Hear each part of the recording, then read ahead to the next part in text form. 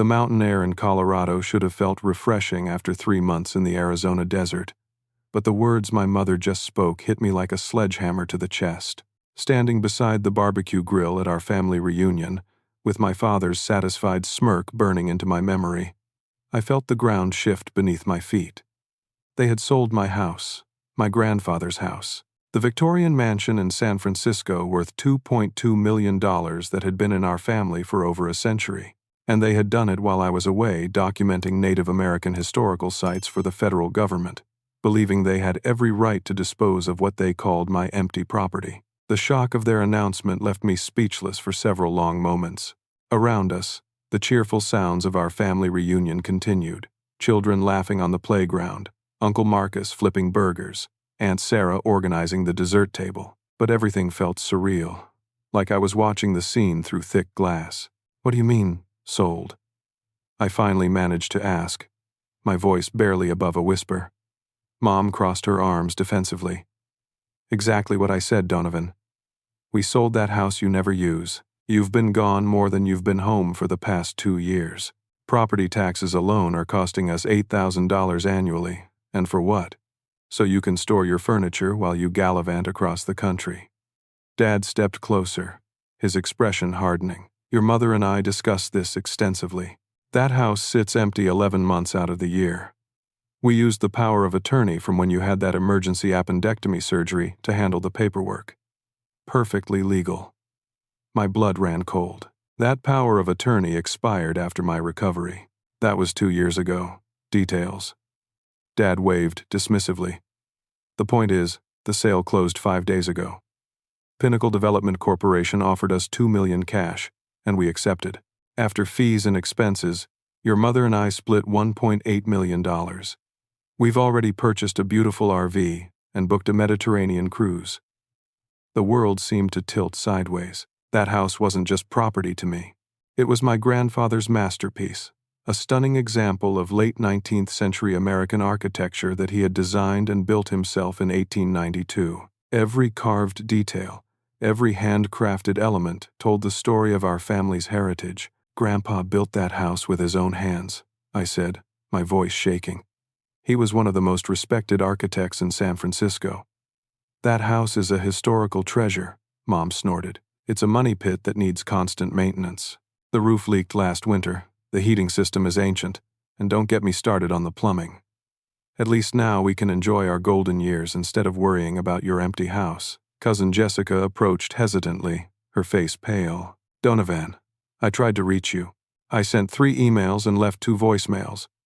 But your parents said you were in a remote area with no communication." "I never received any messages," I said slowly, a terrible suspicion forming. "What emails?" "I work for a title company downtown," Jessica explained quietly. "When I saw the listing for your house, I knew something was wrong. The listing agent mentioned the sellers seemed unfamiliar with the property details and kept referring to it as their son's abandoned house. Uncle Marcus and Aunt Sarah had stopped their preparations and moved closer, their expressions uncomfortable.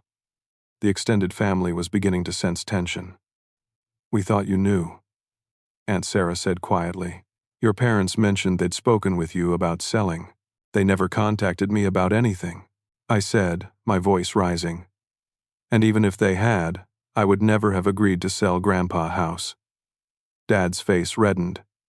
"Don't take that tone with us, Donovan. We're your parents, and we made a responsible financial decision. You're 32 years old, unmarried, constantly traveling for work. When exactly were you planning to settle down and actually live in that house?" The irony was devastating. My work with the federal government involved documenting and protecting historical sites across the American West. I specialized in preservation techniques and cultural heritage protection. And while I was dedicating my career to saving historical properties, my own family had destroyed the most important historical site in my personal life. "The buyers," I said, fighting to keep my voice steady. "What do you know about Pinnacle Development Corporation?" Mom shrugged. They were very professional, handled everything quickly and efficiently. Their representative, a nice man named Richard Sterling, explained they specialize in urban redevelopment projects. They're planning to demolish the house and build modern condominiums. The words hit me like physical blows. Demolish. The hand-carved woodwork that had taken my grandfather 3 years to complete. The original stained glass windows Head designed himself. The architectural details that represented a vanishing era of American craftsmanship. They can't demolish it, I said, my mind racing. There are federal protections in place. Both parents stared at me blankly. What federal protections? Dad asked. And that's when I realized the true scope of the disaster. Not only had my parents sold my house without permission, but they had unknowingly committed a federal crime that could result in criminal charges, massive fines, and years in prison. The revelation that my parents had no idea about the federal protections on the house sent a chill through my entire body. I pulled out my phone and scrolled through my contacts, looking for the number I needed most. Donovan. What federal protections? Mom demanded, her voice taking on a nervous edge. I looked up from my phone, seeing my family's faces for the first time as they truly were. Not the villains I'd been imagining, but confused, elderly people who had stumbled into something far beyond their understanding. 6 months ago, while researching Grandpa's architectural portfolio for a preservation project, I discovered something extraordinary about the house. I began, my voice steadier now. Hidden behind a false wall in the basement, I found Grandpa's original blueprint room. Not just the plans for our house, but designs for 12 other historically significant buildings throughout California. Uncle Marcus frowned. I don't understand. What does that have to do with federal protections? The blueprints revealed that Grandpa used timber from old-growth redwood groves that are now federally protected. More importantly, the house contains structural elements that are the last surviving examples of his innovative earthquake-resistant design techniques. Techniques that influenced modern seismic safety standards throughout the West Coast. I found the number I was looking for and held up my phone. I applied for emergency federal protection through the National Historic Preservation Act. The house is now listed as a Site of National Historical Significance with the Department of Interior. Dad's face had gone pale. What exactly does that mean? It means, I continued, that any alteration, sale, or demolition of the property requires federal approval through a process that takes minimum 18 months. It also means there are federal liens on the property, totaling approximately $400,000 in preservation bonds and environmental compliance costs. The silence that followed was deafening. Even the children's laughter seemed muted now. Environmental compliance, Aunt Sarah asked weakly. The original old-growth timber construction means the house is evidence in an ongoing federal investigation into illegal historical timber harvesting. The Environmental Protection Agency has designated it as a protected site under 3 separate federal statutes. Mom sank into a nearby folding chair. Are you saying the sale isn't legal? I'm saying the sale is impossible. Pinnacle Development Corporation just purchased a property they can never develop, using forged documents, from sellers who had no legal authority to complete the transaction. I paused, watching the reality sink in. This isn't just a civil matter anymore. This is federal fraud. Jessica stepped forward. Donovan, there's something else you should know. Mrs. Wellington, your neighbor on Buchanan Street, called me yesterday. She said there have been construction vehicles parked outside your house every day since the sale closed. Men in hard hats, taking measurements and photographs. My blood pressure spiked. They're already planning demolition, Mrs. Wellington also mentioned something strange, Jessica continued. The men told her they were hired by the new owners to assess earthquake damage, but she said they seemed more interested in the basement and foundation areas than the upper floors. A terrible suspicion was forming in my mind. Pinnacle Development Corporation. It heard that name before, but couldn't place where. I need to make some phone calls, I announced, already dialing my primary contact at the Department of Interior. Thomas Chen answered on the second ring. Donovan, how's the family reunion? Please tell me you're not calling about work. Thomas, I need you to run a background check on a company called Pinnacle Development Corporation. They've purchased property in San Francisco that's under federal historical protection. There was a pause on the other end. Pinnacle Development? Donovan, Where are you right now? Something in his tone made my stomach clench. Colorado. Why? We've been trying to reach you for 3 days. Pinnacle Development Corporation is under active federal investigation by the FBI. They're suspected of systematically defrauding elderly property owners and absent heirs of historically significant properties across 7 states. I felt the world tilt again. My family's shocked faces blurred in my peripheral vision as Thomas continued. The FBI believes they specifically target federal employees' families because we're frequently away on assignment. They research our travel schedules, then approach our relatives with false urgency about property sales. My parents, I whispered. They sold my house to Pinnacle 5 days ago. Jesus Christ, Donovan. Your house? The Victorian with the federal historical designation? How much federal protection does that property have?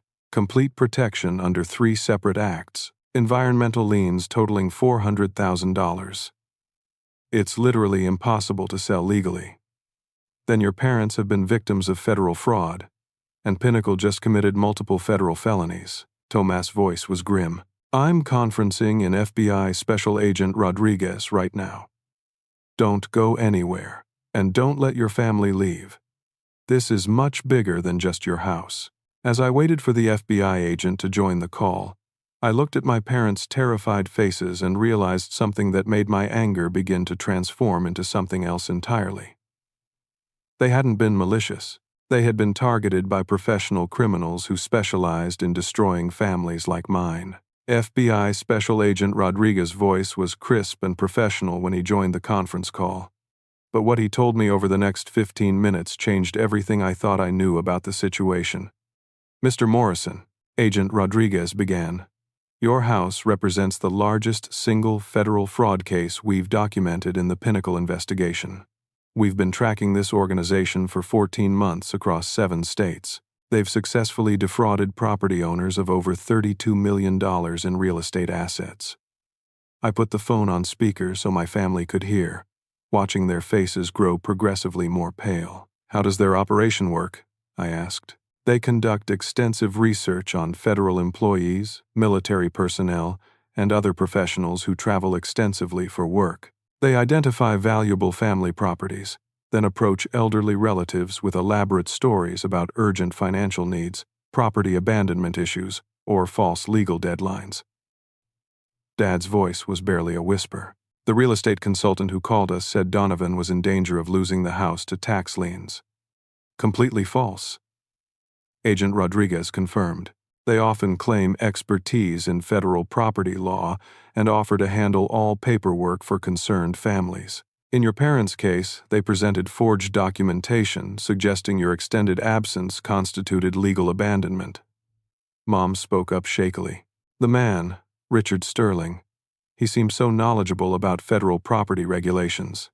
He knew details about Donovan's work that we hadn't told him. Richard Sterling is actually David Kowalski, a convicted federal felon wanted for similar property fraud schemes in Texas, Florida, and Nevada. Has been using false identities for over 3 years. The revelation hit me like a physical blow. My parents hadn't just been careless or greedy. They had been professionally manipulated by experienced criminals who knew exactly how to exploit their fears and ignorance. Agent Rodriguez. I said, what happens to my parents now? They unknowingly participated in federal fraud.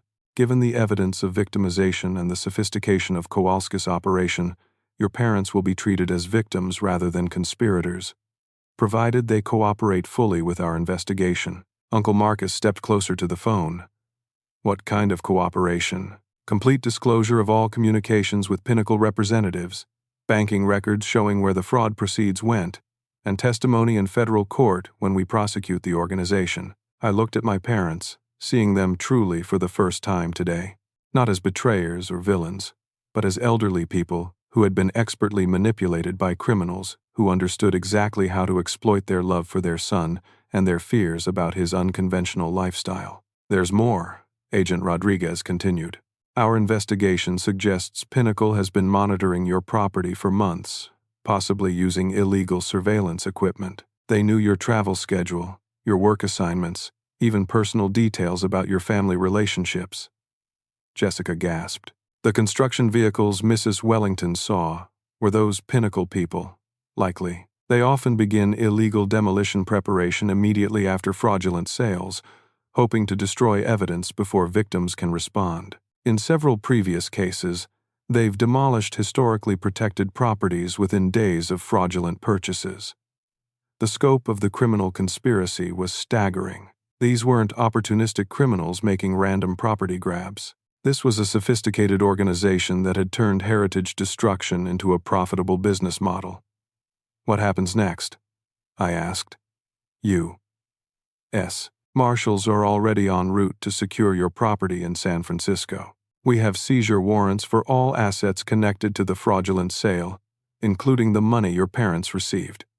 I need your family to remain exactly where you are. We have agents coming to Colorado to take statements and coordinate our response. Mom's face crumpled. The money for our RV and cruise. Well, lose everything. Mom, that money was never legally yours. It was the proceeds of federal fraud. However, our victim compensation fund will ensure you're not financially harmed by this criminal conspiracy. Dad reached for Mom's hand. Agent Rodriguez, how soon will your people arrive? Within 2 hours. Mr. Morrison, I need to ask you directly. Given your federal preservation expertise and your personal stake in this case, would you be willing to serve as a consulting witness in our prosecution of Pinnacle Development? I looked around at my family's faces, seeing not just fear now, but something else. Determination. Unity in the face of a common enemy. Agent Rodriguez. I'll do whatever it takes to destroy these people and protect other families from what they've done to us. Outstanding. Because what I'm about to tell you is going to change everything about this case. The pause on the line seemed to last forever. Mr. Morrison, your property isn't the only federal target Pinnacle has attempted this month. We have evidence suggesting they've attempted similar frauds against the families of 16 other federal employees currently on assignment, including some who work directly with national security infrastructure. I felt something cold settle in my stomach. This isn't just property fraud. No, sir.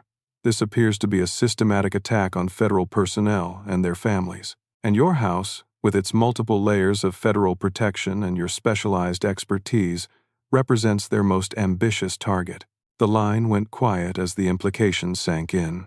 Agent Rodriguez, I said finally, when your people arrive, they're going to find a family that's ready to fight back with everything we have. The sound of vehicles approaching broke the tense silence that had settled over our family reunion. Through the pine trees surrounding the mountain resort, I could see a convoy of black SUVs making their way up the gravel road toward our gathering area. They're here, I announced, ending the call with Agent Rodriguez. The entire extended family had gathered around us now, sensing the gravity of the situation even if they didn't understand all the details. Children clung to their parents' legs while adults exchanged worried glances. The lead vehicle stopped 20 feet from our picnic area, and a tall woman in a dark suit stepped out. Her bearing was unmistakably federal law enforcement, confident, alert, and completely in control of the situation. M.U.S. Marshal Patricia Kane, she announced, approaching our group with measured steps. I'm looking for Donovan Morrison and his parents, Robert and Linda Morrison. That's us, I replied, stepping forward with my parents flanking me. Marshal Kane nodded briskly. Mr. Morrison, we've secured your property in San Francisco. I need to inform your parents that we have federal seizure warrants for all assets connected to the fraudulent sale of your property, including bank accounts, purchased items, and any financial instruments related to the transaction. Mom's knees buckled slightly, and Dad caught her arm. The reality of their situation was finally hitting with full force. Marshal Kane, I said, my parents are victims of an elaborate fraud scheme. They had no knowledge of the federal protections on my property or the criminal nature of Pinnacle Development Corporation. We understand that, Mr. Morrison. However, federal asset forfeiture laws require us to secure all fraud proceeds pending investigation. Your parents' cooperation will determine how quickly these assets can be released back to them through victim compensation programs. A second agent approached, introducing himself as the forensic accountant responsible for tracing the money trail. David Leas' expression was sympathetic but professional as he addressed my parents directly. Mr. and Mrs. Morrison, I need you to understand that every dollar you received from this sale was the product of federal fraud. The credit cards used for your cruise booking, the financing for your RV purchase, even the bank accounts where the money was deposited. All of these are potentially compromised by criminal activity. Dad's face had gone ashen. We used our personal credit cards for the cruise. Are you saying those accounts are involved? Sir, Pinnacle Development Corporation has been using identity theft and credit fraud as part of their property acquisition scheme. We have evidence suggesting they've compromised the financial information of multiple family members to facilitate their operations. Jessica stepped forward urgently. Marshal Kane, are you saying our family's identities have been stolen? We're investigating that possibility. In at least 3 previous Pinnacle cases, they've used family members' credit histories and personal information to create false financial urgency around property sales. Uncle Marcus' face darkened. That explains the calls I've been receiving about my property in Denver. Someone claiming to be a federal tax specialist said my nephew was putting the family at risk of federal liens. Marshal Canny's attention sharpened. What exactly did they tell you? That Donovan's federal employment created special tax obligations for family property holdings. They offered to help me restructure my property ownership to avoid federal complications. Sir, you've been targeted by the same organization. We need to secure your financial information immediately. The scope of the criminal conspiracy was expanding beyond anything I had imagined. These people hadn't just attacked my family. They had systematically researched our entire family network, identifying vulnerabilities and creating elaborate lies to exploit our relationships and trust. Marshal Kane received a call on her radio and stepped aside for a brief conversation. When she returned, her expression was grim. I've just received confirmation from San Francisco. The subject we know as Richard Sterling, whose real name is David Kowalski, was arrested 47 minutes ago attempting to break into your property with demolition equipment. The news sent a shock through our gathered family. He was trying to demolish my house, I asked, incredulous. Our surveillance team documented him and 3 associates attempting to remove historically protected architectural elements from your basement. They had professional equipment for dismantling the original woodwork and foundation elements. Mom gasped. But why would they try to destroy the house after buying it? Agent Liu answered grimly. Because they never intended to legally own it. Their business model involves purchasing historically protected properties through fraud, then immediately harvesting valuable architectural elements for resale on the black market. Original Victorian-era woodwork, stained glass windows, and unique structural elements can be worth hundreds of thousands of dollars to private collectors. The criminal conspiracy was even more sophisticated and destructive than federal property fraud. These people were systematically destroying American heritage buildings to feed a black market for historical architectural elements. Marshal Kane, I said, my voice hardening with determination. What do you need from us to make sure these people never do this to another family? Complete cooperation with our investigation, detailed statements about every interaction with Pinnacle representatives, and testimony in federal court when we prosecute this organization. Dad stepped forward, his voice stronger than it had been all day. Marshal Kane, my wife and I made a terrible mistake. We let our fears and ignorance put our son's heritage at risk. But we're going to do everything in our power to make sure these criminals face justice. Mom nodded firmly. Whatever you need from us, you have it. Marshal Kane smiled for the first time since her arrival. That's exactly what we needed to hear. Because what I'm about to tell you is going to give your family the opportunity to help us save dozens of other families from the same fraud. She paused, looking around at our entire extended family. Ladies and gentlemen, your family's cooperation is going to help us launch the largest federal property fraud prosecution in U.S. history. The Federal Command Center that Marshal Kane's team established in the resort's conference room looked like something from a crime drama. Laptops, communications equipment, and stacks of documents covered every available surface. But what struck me most was the wall-mounted map showing dozens of red pins across 7 states, each one representing a family that had been victimized by Pinnacle Development Corporation. Assistant U.S. Attorney Helen Morrison arrived by helicopter 3 hours after the Marshals, bringing with her a team of prosecutors and federal investigators that transformed our family reunion into the nerve center of a massive federal operation. Mr. Morrison, Attorney Morrison said as she reviewed my federal credentials and preservation expertise, your unique position in this case gives us unprecedented opportunities for prosecution and recovery. How so? I asked. You're both a victim of federal fraud and a federal expert in the exact type of property these criminals target. Your testimony will carry weight that typical victim statements cannot match. More importantly, your knowledge of federal preservation law will help us identify similar cases nationwide. She spread a thick folder across the conference table, revealing photographs of dozens of historically significant properties. Every building in these photographs has been destroyed by Pinnacle Development Corporation over the past 3 years. Churches built by immigrant communities, original frontier homesteads, Victorian mansions like yours, even Native American heritage sites. They've caused irreparable damage to American cultural heritage while generating over $43 million in criminal proceeds. The scope of the cultural destruction was staggering. These weren't just financial crimes. They represented systematic assault on the physical history of American communities. Civil rights attorney Carlos Mendoza joined our discussion via video conference from San Francisco, where he was coordinating with other victim families across the region. Donovan, we're forming a comprehensive civil case alongside the federal prosecution, Attorney Mendoza explained. Your family's experience provides the legal foundation for recovering damages not just for financial losses, but for cultural and emotional harm caused by heritage destruction. What does that mean practically? Dad asked. It means Pinnacle Development Corporation and its associated entities will be held financially responsible for every dollar stolen, plus punitive damages that could reach tens of millions of dollars. Money that will be distributed among victim families and used to fund heritage preservation programs nationwide. Mom leaned forward. And what about other families who might be targeted? Attorney Morrison smiled approvingly. Mrs.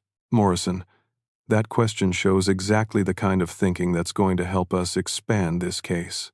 We want your family to participate in a federal sting operation. The room went quiet as the implications sank in. What kind of sting operation? I asked. Pinnacle Development Corporation doesn't know we've arrested Kowalski yet. Our cybercrimes unit has been monitoring their communications, and they're planning to contact families of federal employees currently on assignment in remote locations. We want your parents to help us document their methods and identify additional targets. Uncle Marcus spoke up. You want them to pretend they're still cooperating with the criminals. Under complete federal protection and supervision, Attorney Morrison assured him. Your parents would help us record conversations, document their procedures, and identify other families at risk. It's completely voluntary, but it could prevent dozens of additional crimes. I looked at my parents, seeing a transformation that amazed me. The shame and fear from earlier in the day had been replaced by determination and righteous anger. Well, do it, Mom said firmly. These people destroyed trust in our family and tried to erase our heritage. If we can help stop them from hurting other families, we want to be involved. Dad nodded. What exactly would we need to do?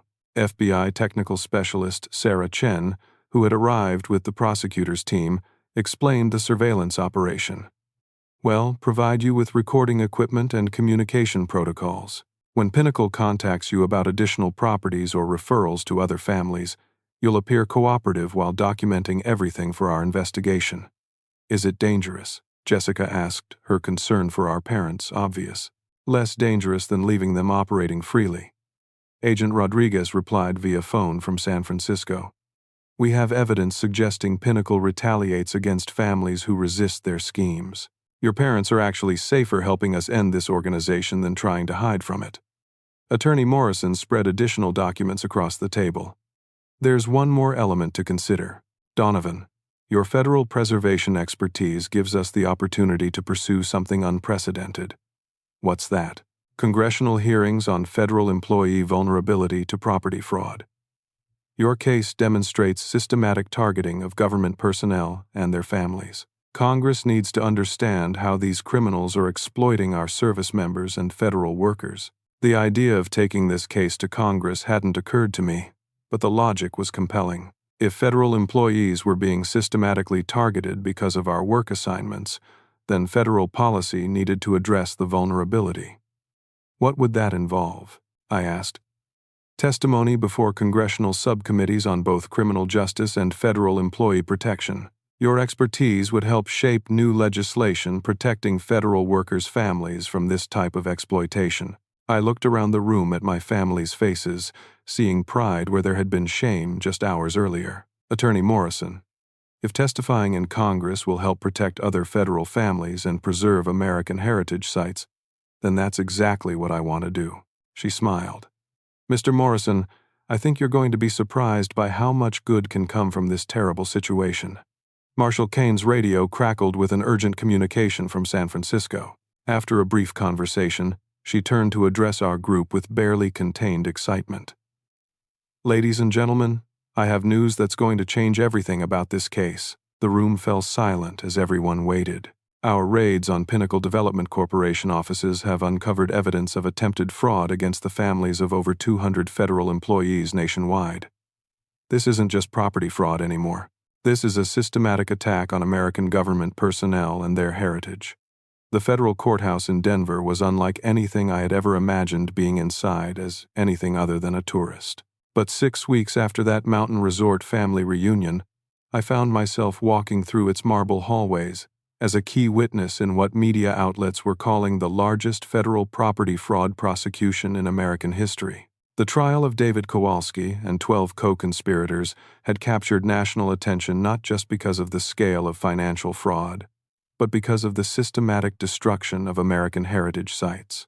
Every major news network had covered the story, and congressional leaders from both parties were demanding comprehensive federal employee protection legislation.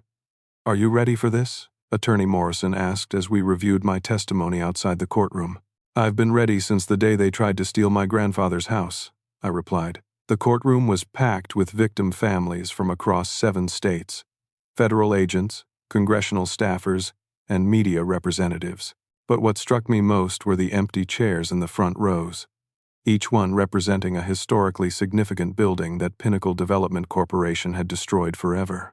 My parents sat in the front row, transformed from the confused elderly couple I'd encountered at our family reunion into confident advocates for federal heritage protection. Their courage in participating in the federal sting operation had provided crucial evidence that led to the arrest of the entire Pinnacle network.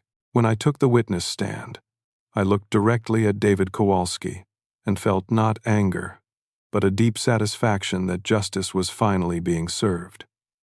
Mr. Morrison, Attorney Morrison began, please tell the court about your professional background and your relationship to the property at the center of this case. For the next 2 hours, I detailed my federal preservation work, my grandfather's architectural legacy, and the sophisticated criminal conspiracy that had targeted my family specifically because of my federal employment. The most powerful moment came when I described finding my grandfather's hidden blueprint room and realizing the full historical significance of what these criminals had tried to destroy.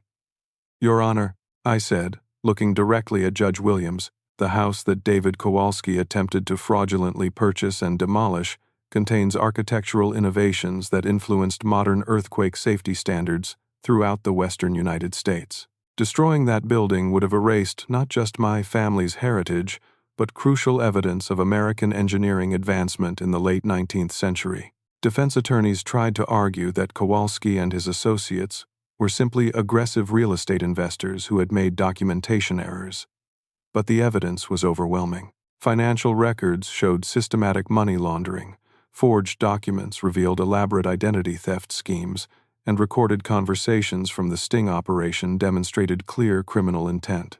The turning point came when Mom took the stand to describe how Pinnacle representatives had manipulated her fears about my safety and federal employment to pressure her into signing fraudulent documents. They knew things about my son's work assignments that I had never told them, she testified, her voice strong and clear.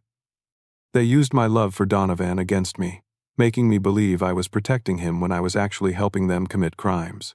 When the jury returned guilty verdicts on all counts for all defendants, the courtroom erupted in applause from victim families. But the legal victory was only the beginning of what our case accomplished. 3 weeks after the trial, I found myself sitting in a congressional hearing room, preparing to testify before the House Subcommittee on Federal Employee Security and Heritage Protection. "Mr. Morrison," Congressman Parker began, "your case has revealed systematic vulnerabilities in how we protect federal employees and their families from targeted criminal exploitation. What legislative changes do you recommend?" Congressman Parker, federal employees serving in remote assignments need specific legal protections for family property. When we're documenting heritage sites in areas without reliable communication, our families become vulnerable to exactly the kind of manipulation my parents experienced. The legislation that emerged from those hearings, officially titled the Federal Heritage Family Protection Act, but known informally as Grandfather's House Act, established comprehensive protections for federal employees, family properties, and created federal funding for heritage preservation education programs. But the most meaningful victory came 6 months later, when I received a call from Agent Rodriguez with news that made everything worthwhile. "Donovan, I wanted you to know that your family's cooperation led to the recovery of over $18 million in stolen assets and prevented an estimated 64 additional property fraud attempts." "How many families did we help?" I asked. "Including yours. We've provided complete victim compensation to 47 families across 7 states. More importantly, the precedent your case established has led to federal fraud convictions against 3 other criminal organizations using similar schemes. The financial recovery exceeded our most optimistic expectations. Not only were my parents fully compensated for their losses, but the Federal Victim Compensation Fund provided additional damages for the emotional and cultural harm caused by the fraud attempt. But money wasn't what mattered most to our family anymore. The real victory was seeing my parents transformed from victims into advocates. Mom had become a volunteer spokesperson for federal heritage preservation programs, while Dad used his business experience to help other elderly fraud victims navigate the legal system. Uncle Marcus and Aunt Sarah had developed their own historic property research project, documenting architectural heritage throughout Colorado. Jessica's crucial photography evidence from the original fraud attempt had inspired her to pursue a career in federal law enforcement, and she was starting FBI training the following month. The congressional hearings had led to federal grants for heritage preservation education that funded programs in schools nationwide. Children across America were learning about architectural history and how to protect cultural heritage sites in their own communities. Most importantly, our family's ordeal had brought us closer together than we had ever been. What started as the worst betrayal of my life had revealed the true strength of our family bonds and our shared commitment to protecting American heritage. Standing in my grandfather's restored house 6 months after that terrible family reunion, surrounded by federal officials and preservation experts who had come to designate it as a National Historic Landmark, I realized that sometimes the greatest victories come from the most devastating defeats. The criminals who had tried to destroy our family heritage had inadvertently inspired the strongest federal heritage protection legislation in American history. 1 year after that devastating family reunion in Colorado, I stood in the same restored Victorian mansion where this entire story began. But everything about my life and my family had fundamentally changed.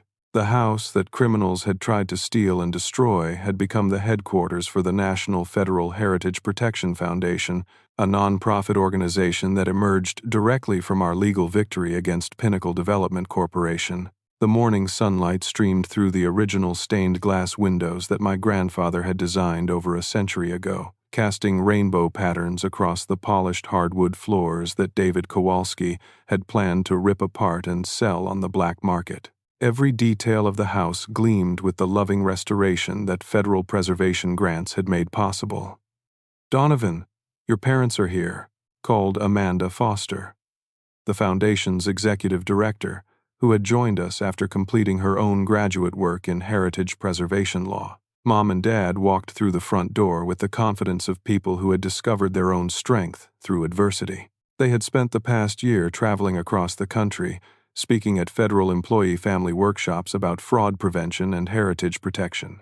Their transformation from confused victims into passionate advocates remained one of the most inspiring aspects of our entire experience. The Colorado conference went even better than we expected, Mom announced, setting down a folder thick with contact information from federal families interested in heritage preservation programs. We had over 300 attendees, including representatives from 12 Native American heritage organizations. Dad smiled proudly. Your mother gave a presentation about recognizing fraud tactics that received a standing ovation. Several FBI field offices want to use her materials for training programs. The irony wasn't lost on me. The same parents who had unknowingly fallen victim to sophisticated criminals had become expert educators, helping other families avoid similar traps. Their first-hand experience with manipulation tactics made them uniquely qualified to teach fraud prevention. There's more good news, I said, holding up a letter that had arrived that morning. Congress passed the final appropriations for the Federal Heritage Family Protection Act. Starting next year, every federal employee deployed to remote assignments will receive comprehensive family property protection services. The legislation that bore my grandfather's nickname had exceeded our wildest hopes. Not only did it provide legal protections for federal families, but it established permanent funding for heritage preservation, education, and fraud prevention programs nationwide. Jessica burst through the front door with her characteristic energy, still wearing her FBI Academy training uniform. Sorry, I'm late. We had extra firearms training this morning. How's the federal law enforcement career treating you? I asked. It's everything I hoped for, and more. Next month, I start my specialized training in financial crimes investigation. I want to focus on heritage fraud cases specifically. Jessica's career transformation had been as remarkable as our parents'. The photography skills that had helped document the original fraud attempt against our house had led to her discovering a passion for criminal investigation. Her FBI instructors were already noting her exceptional aptitude for financial crime analysis. Uncle Marcus and Aunt Sarah arrived next, carrying blueprints and historical documents from their latest preservation project in Colorado. We've documented 17 historically significant buildings in mountain communities that were previously unknown to federal preservation authorities, Uncle Marcus announced. 3 of them qualify for National Register listing, Aunt Sarah added, including a frontier church built by Norwegian immigrants that contains completely original hand-carved woodwork. Their volunteer work had evolved into a comprehensive architectural heritage documentation project that was providing valuable data for federal preservation databases. Retirement had given them purpose and adventure they never could have imagined. Carlos Mendoza joined us by video conference from his San Francisco office, where he continued coordinating civil litigation against property fraud organizations nationwide. Donovan, I have updates on the Victim Compensation Fund, he reported. We've now provided full financial recovery, plus punitive damages, to 68 families across 9 states. Total recovery has reached $27 million. How many additional criminal organizations have been prosecuted using our case as precedent? I asked. 7 organizations using similar schemes have been shut down by federal authorities. An estimated 400 families have been protected from heritage property fraud as a direct result of your case. The ripple effects of our legal victory continued expanding in ways we never could have anticipated. Federal prosecutors across the country were using the precedent established by our case to pursue heritage fraud cases that previously would have been treated as simple property disputes. But the most meaningful change was in our family relationships. The crisis that had initially seemed like the ultimate betrayal had revealed strengths we never knew we possessed and brought us closer together than we had ever been. There's one more surprise, I announced, producing a second letter from the morning's mail. The Smithsonian Institution wants to create a permanent exhibit about federal heritage protection, featuring Grandpa's house and our family's story. The museum exhibit would showcase not just our specific case, but the broader importance of protecting American heritage sites from criminal exploitation. Visitors would learn about architectural preservation, federal employee vulnerability, and how families can work together to protect cultural heritage. What would that involve? Mom asked. They want to recreate Grandpa Blueprint Room as part of the exhibit. showing how architectural history can be preserved and protected. They're also requesting permission to include recordings from our congressional testimony about federal employee protection. Dad looked thoughtful. Would it help other families understand these issues? Potentially millions of visitors annually would learn about heritage protection and fraud prevention. Mom and Dad exchanged a look that I recognized from their decision to participate in the federal sting operation. When they faced a choice between personal comfort and helping others, they always chose service. "We want to do it," Mom said firmly. "If our story can help protect other families and preserve American heritage, then sharing it with the world is exactly what we should do." The conversation was interrupted by my phone ringing with a call from Thomas Chen at the Department of Interior. "Donovan, I have news that's going to make your day," Thomas said. "The President is including federal heritage protection in his next major policy address. Hes, specifically citing your family's case as an example of American heritage under attack and the importance of protecting federal families. Presidential recognition represented validation that our ordeal had contributed to important national policy changes.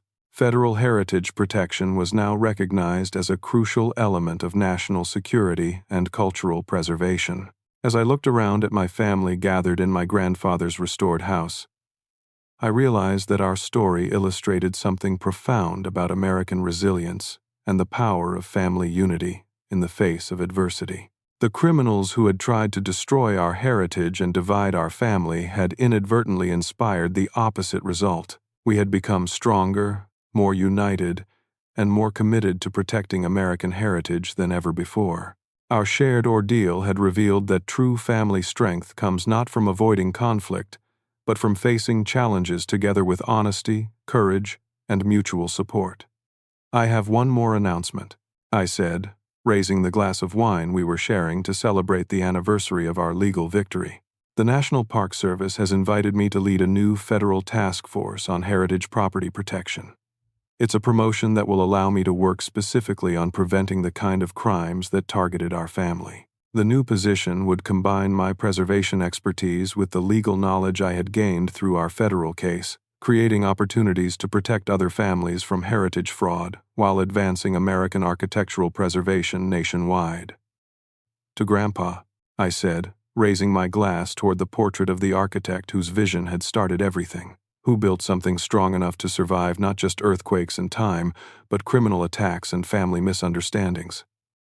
"To Grandpa," my family echoed in unison, as we toasted my grandfather's legacy and our family's triumph over adversity. I reflected on the profound life lesson our ordeal had taught us. True family heritage isn't just about buildings or money or even shared history. It's about the bonds of love, trust, and mutual support that allow families to face any challenge together and emerge stronger than before. The house that criminals had tried to steal had become a symbol of American heritage protection. The family relationships that betrayal had threatened to destroy had grown deeper and more meaningful through the process of healing and forgiveness. And the federal career that had initially made me vulnerable to targeted criminal exploitation had evolved into leadership opportunities that would help protect countless other families. Sometimes life's most devastating challenges become the foundation for its greatest victories. Our family's story proved that with courage, honesty, and commitment to standing together, any family can overcome betrayal, defeat criminal exploitation, and build something stronger and more beautiful than what came before. What challenges has your own family faced that ultimately brought you closer together?